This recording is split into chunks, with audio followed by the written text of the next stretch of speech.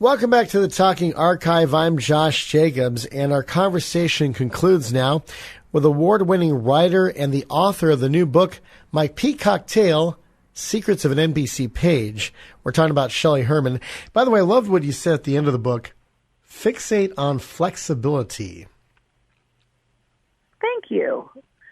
It's something I've said to my husband at times, who is the actor Randall Carver, who was on the first season of Taxi, is sometimes we all just kind of get stuck in our lives, whether it's, going to the supermarket for the day and you just can't get out of the house to do it.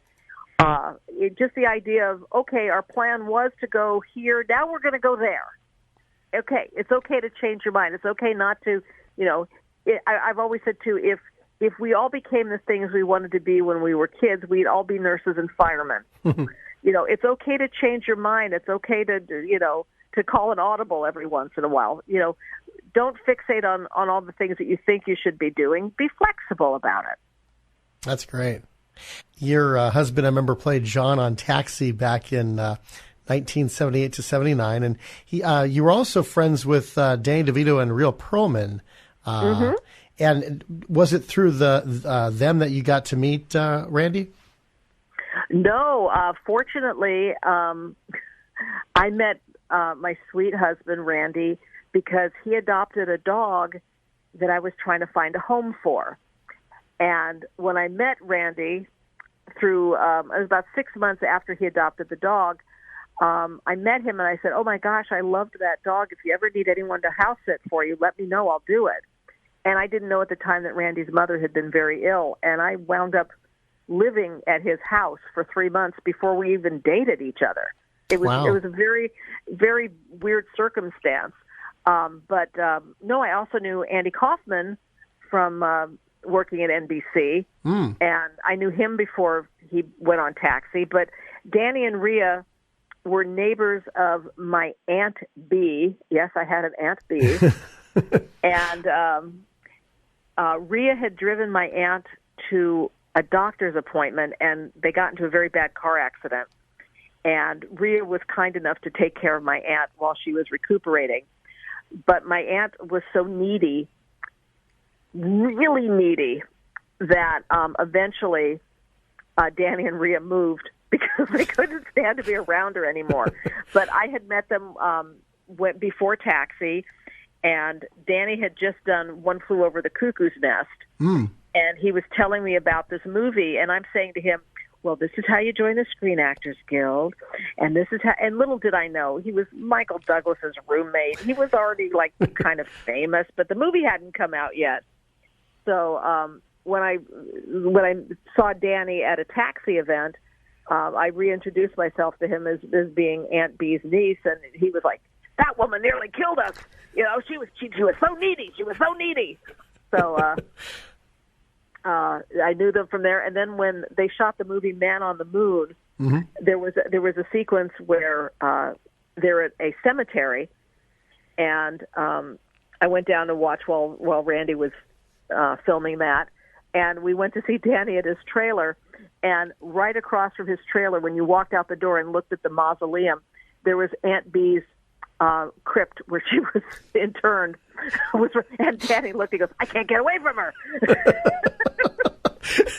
Now, the movie Man on the Moon, I got to ask you, I was kind of curious why Danny DeVito didn't play himself. He played George Shapiro, because Danny doesn't look a thing like George Shapiro. To me, Danny looked like Louis De Palma with a mustache in the movie. Do you know the reason why they cast him instead? First of all, George Shapiro. Georgie was just the sweetest, most wonderful guy.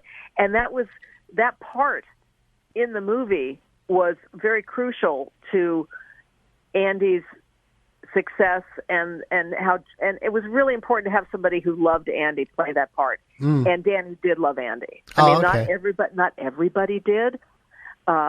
And that was a bigger role than just stunt casting yourself as Louis De Palma, So, but he worked really closely with Milos Forman, and developing all of that. It was, it's one of those, if you could turn back time, it was a very special thing to go back to Universal and see the whole set recreated. And everybody but Tony was able to do. Tony Danza was busy doing something else, but everybody else was there. Wow. And my husband actually had like a scarf and the jacket that he could still wear. And he wore some of his own clothes that he wore on Taxi during Man on the Moon. Wow, that's great. Yeah. And, looking at the picture of Jim Carrey as Andy Kaufman, I'm like, oh, my goodness, this looks so good. It was quite amazing because the first day I came to the set was the day that Buffalo Bob Smith passed away. And, of course, he was Howdy Doody's best friend. Mm-hmm. And Andy, in real life, was a big fan of Howdy Doody. And Jim, who I don't think broke character the entire time they were shooting the mm-hmm. movie, he improvised a memorial for Howdy Doody. And there's a picture of Randy and Jim as Andy Kaufman and Howdy Doody that's available on the internet too. But Jim did this and memorialized Buffalo Bob and Howdy Doody on the set. And Jim did cause a little, disruptions every once in a while, mm-hmm. but I think Andy would have been proud. Yeah, method acting is what they call it when somebody gets so into the role they think they really are the person who they're portraying, be it real or fictional. Eric Stoltz, when he played Marty McFly the first 6 weeks of filming Back to the Future, you referred to him as Marty because he really did think he was Marty McFly. So that's plus with Andy Kaufman and Laka Gravis going from Laka to Tony, I forget his last name, Tony Ferrari Tony or something. Clifton. Tony Clifton, that's right. It was a completely different character, but it was the same person and without the accent. And so I guess it's kind of funny that, Jim Carrey kind of adopted that whole thing, in real life while doing the movie. Wow. Well, and Andy would be the same way with, there was Andy, and then there was Andy who would be the wrestler, and that would be a different persona that he would inhabit.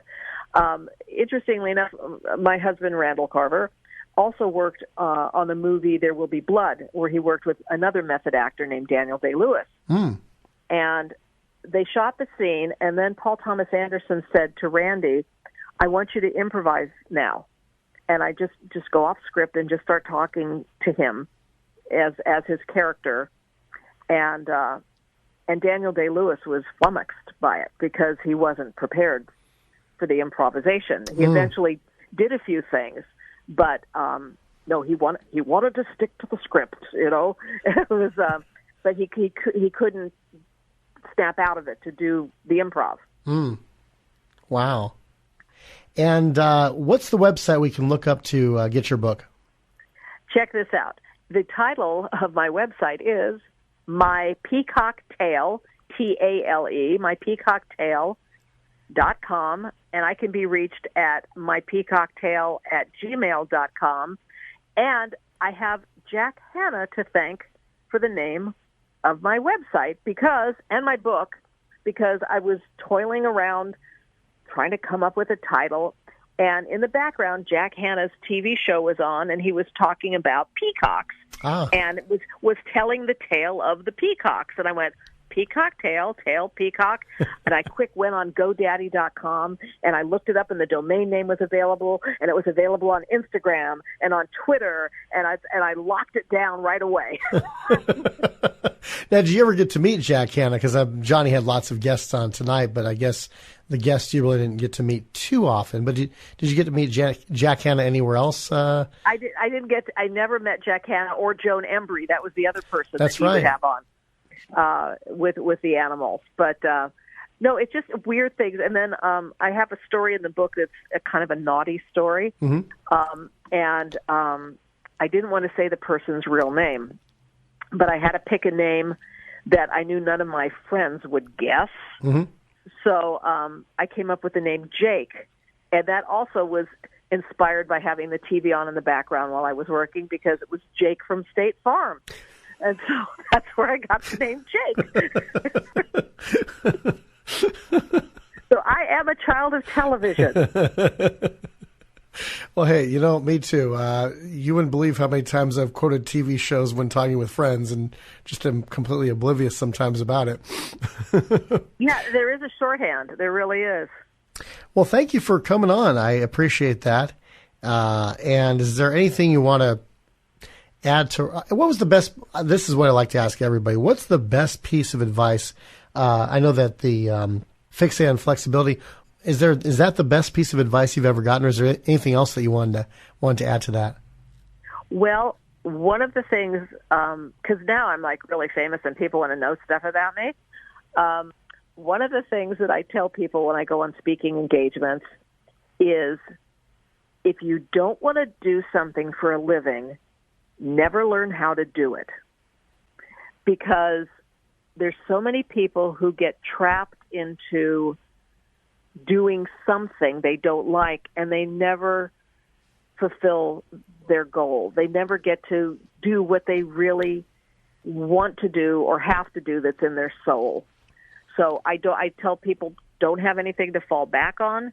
If you want to do something for a living, figure out how to do it. Somehow get into the orbit of other people who do this for a living. Learn from them. Listen. Be prepared so that when the right opportunity comes along, you're ready for it. And we've been talking with Shelley Herman, award-winning writer and the author of the book My Peacock Tale, Secrets of an NBC Page. Again, her website is mypeacocktale.com. That's mypeacocktale.com. And after we did the interview, there was a couple questions I had for her that she wrote me the answers to an email. I'll get to that in just a second. Now, I first met Shelley about 7 years ago when Adam Nediff released his book, It's More Than Password, The Life and Wife of Alan Ludden. Alan Ludden's wife, of course, being Betty White. And it was a great event, had all this Alan Ludden memorabilia there. And we also had a game of Password being played among a bunch of the attendees. And Shelley's teammate was Bob Bowden, longtime head of Game Show Network, and Shelley and Bob won the tournament. I forget what the grand prize was. I think it was just kind of bragging rights more than anything. But it was a fun event, fun day. Then saw Shelley a couple months ago at the 75 Years of Jubilee, the game show event that was put on by the Hollywood Media Professionals. And that's when I found out about her book. And then she contacted me a couple months ago to be here on the Talking Archive. It's been an honor to have her. Got to meet her again along with her husband, Randall Carver, at a book signing event back in February. And one of the questions I did ask her after we did the interview was about Liars Club, because she worked on that show, which Alan Ludden hosted for most of its run in syndication. However, the show did debut in 1975 locally in Los Angeles with Bill Armstrong as host.